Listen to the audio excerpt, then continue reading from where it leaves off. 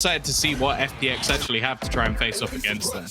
Yeah, when we talk about the lineups going through changes, obviously FPX have had a bunch of changes even over the last couple of weeks, between Angel not being able to field and now Artis having to take a back seat. Obviously, we're looking at Artis to take up the majority of the likes of a Jet, but now the Xiao can return. We can see him on this Jet looking to try and take some heads. For now, FPX are taking a lot of pressure in towards this B site. But G2 haven't pushed past the choke point. They've really fought for this opening bit of control, but curious that they're slowing down afterwards, just waiting for the repeats, I suppose. And that hasn't gone their way to start with, but a good recovery by Avova, and even more by Hoodie. And now we get into the same sort of afterplan which we've witnessed for a while. Angel going to try and counter a little bit, but that shot dart's not landed anywhere near the plant. Maybe hoping to catch someone a little bit further back, but he will be denied. Now the screen is already down on the other side of the map for the defense, so getting back into this is actually going to be relatively difficult. Angel trying to clear some of those close angles, but everyone's fallen back. Oh, nice shot by Angel, though. He'll take down Hoodie easily with the second bullet. Although not so easy to deal with Avova. Down eventually, but the corner not checked. Nukia snook away. I wonder how much of that we'll get to see, though. It's all a ruse. They're just baiting us in for the pistol round. And that's actually the interesting thing with FPX. You could see that catch any aggression, which is one of the main ways that teams actually defend on this map, is try and take map control away. And then after they get that opener, they're just incredibly good at then going back to their standardized execute on the A site. So it's really difficult for teams to actually play against. And in terms of like overall innovation, other than like bringing in the odd chamber here and there, there's not been a massive amount of changes still to the way teams are actually playing this map. G2 are coming in with a couple of weird rounds, though, right? The way they play the pistol is very similar to what we're seeing here on the second round. They're playing inside B main, they're fighting for the control on range, they're holding their flanks with just like one player in a turret, and then late executing into the site. Now, obviously, they're up against weaker weapons here, and they're doing a great job of avoiding being taken down. You know, even when Xiao finds that kill, there are 3 players who are spraying at him immediately. So, chances of him getting out for free is practically non-existent. Player standing. Overall, this is a really well-handled anti-eco so far by G2. Yeah, the main thing now, though, is that they don't lose anyone else, because they've invested really heavily into rifles. So you're looking at 2 Phantoms in a round which normally, well, you don't have anything to play with. Instead, Saigetsu, he drops another. Now, it is only the Marshal that's gone, and with already 3 rifles, in most scenarios other than the bonus, you would now buy, but they might just want to save up for the next as well. Yeah, it's likely to have FPX get aggressive on A and start to take that control. And I want to see what did G2 have planned for that, because we've got the turret watching for the A push, and then Avova's been like lurking on the ramp or the boxes, or even just here we saw him push up mid to throw the orb. Then he goes back. There's always someone watching mid and keeping an eye on it. But for the most part, they haven't been looking to catch any flank play. It's like they're not expecting FPX to push. This round, there's the adjustment, is that Nukia's gone to A and he's looking for that aggression. He's looking for that same response. And this is really interesting because G2, they're showing FPX, hey, we're doing the same thing, guys. We're looking to go towards B. We're putting our util down. But I think they actually saw Nukia. I think the knife caught him. Okay. I heard the little ding and they knew that he had to cross back. They've caught him. And so the plan of G2, the wide net that they cast out, well, it's caught nothing. Yeah, and this push onto the B side has failed miserably as well. Like, Saigetsu managing to get a couple of kills here is huge. And Batty has already found Hoodie, who was completely trapped within the site. It was a round again where... Free kill and open the round completely. Instead, that knife comes through and it gives the information. Hey, there's a lot of players B, we know that. And there's only one outside A. They push mid, they catch him. Easy kill, lose your initiator, lose your late round lurk that they had the orb down for him to get under tunnel. Like, that round could have been in the bag if they don't spot Nukia. It's absolutely huge, and all it is just, you know, a free ability. But this time they're not even leaving alone. They're just going straight in. It's because of the Viper's Pit.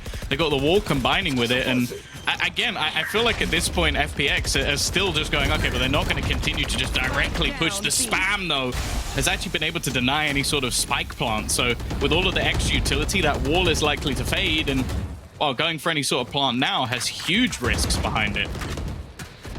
This is going to be really, really tough. I mean, probably have to push into them, right? To take this control is so difficult.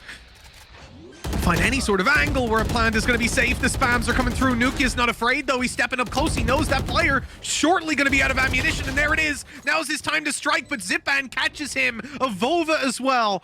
And Meadow and Mixwell have to clutch it. A disadvantage stacked against them. They've got no flank ability here. They've got to just take the fights, and the information is there to play with as well. FPX know exactly where these players are, or where this player is now, with Meadow being the last alive and the defuse already going underway. There's nothing that he can do except try to carry this rifle through to the next round. You have all your lineups for, and well, now it seems like we're finally going to get into a little bit more of the bread and butter of this map, at least, because as said, like, going into this map, I expect G2 to lean quite heavily into this A site. They've been excellent at these sort of takes. Problem now, Mitch, though, is weaponry's not great. Yeah, that's obviously going to put a few spanners in the works. You got to come in here and hope that Meadow's going to open up a couple of these duels.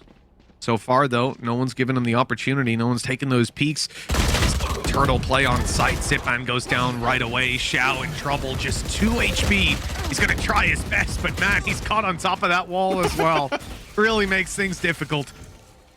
For FPX, you've lost a lot of players here. Unless you're able to catch a pick quickly, you might consider saving.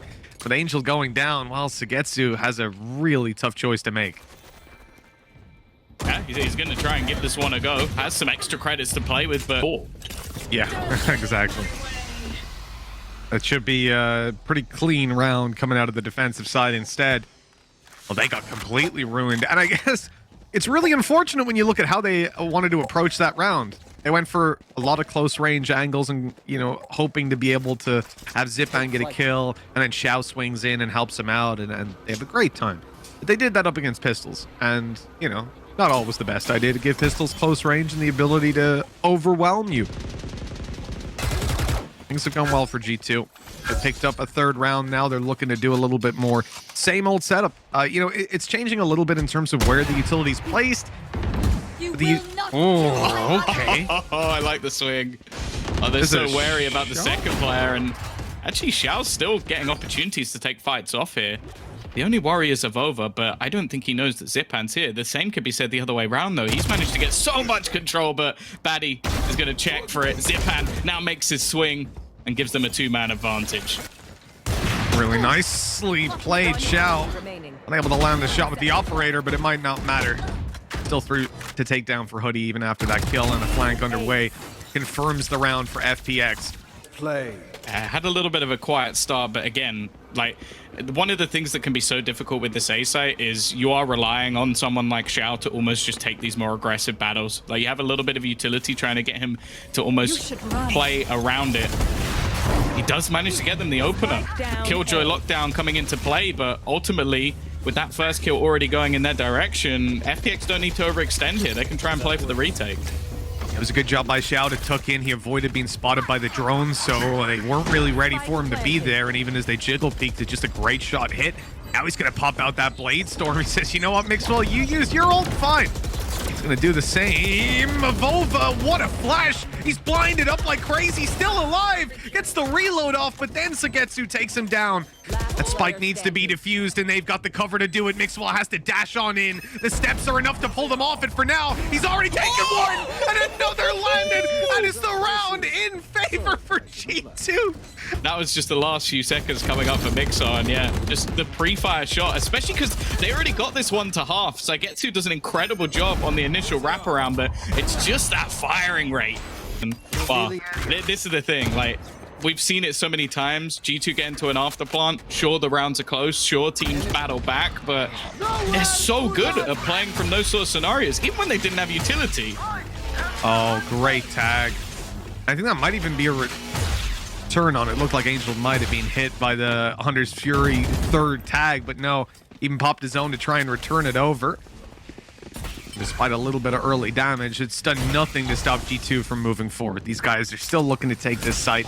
They've got their wall down, their Viper wall at least, and now here comes the Sage on the left side, you'd imagine. Viper's pit quite deep, actually, to get them a fair bit of control. A good kill on the Zipan. I mean, this is fantastic for the attack to play with. And I'm curious if they'll actually plant within it. A lot of the times you see teams still try and have that more open plant. This could create quite an awkward scenario. In fact, they managed to spam Avova down, and because of that, it left the spike purely in the open. Still going to be left into a 3v3 scenario. No flanking coming. In fact, I almost wonder now if some of the defenders have started to wonder if they're going back in a different direction. Instead, though, no, they're going for the res. And the res almost serves as a bait, pulling the players into the open, allowing Batty to take the kill before going down. Things are getting a little bit awkward here with Nukia stepping up. Meadow has to do the same. He's gone in for the kill, but the shots won't land. That's one of the things that FPX have actually impressed me with quite a lot so far, is that I don't know if this is them spamming in tandem, but they seem to be very good at lining up players and exactly where they're going to be. And why, if you're relying, we've seen a couple of times now, you've relied on a Viper's pit in a round and you've lost that round. That's happened twice to G2. So far as well, you know, it's such an early stage. It's almost weird to see it happen that often. Within the first 8 rounds, we're coming into the final stretch of this. And, you know, take a look at the economy. G2, absolutely nothing to play with. No surprise that they're grouped up outside A and going to look to probably blitz into the site. Watching here. See what control they can take. Out of charges. I guess They're the going to win problem this, aren't they? It's the close play from Zipan, man. It's making me worry a little bit, but he's falling back. Oh, the flash is so good from Zipan. It's going to come out with a couple, but then they actually overswing it.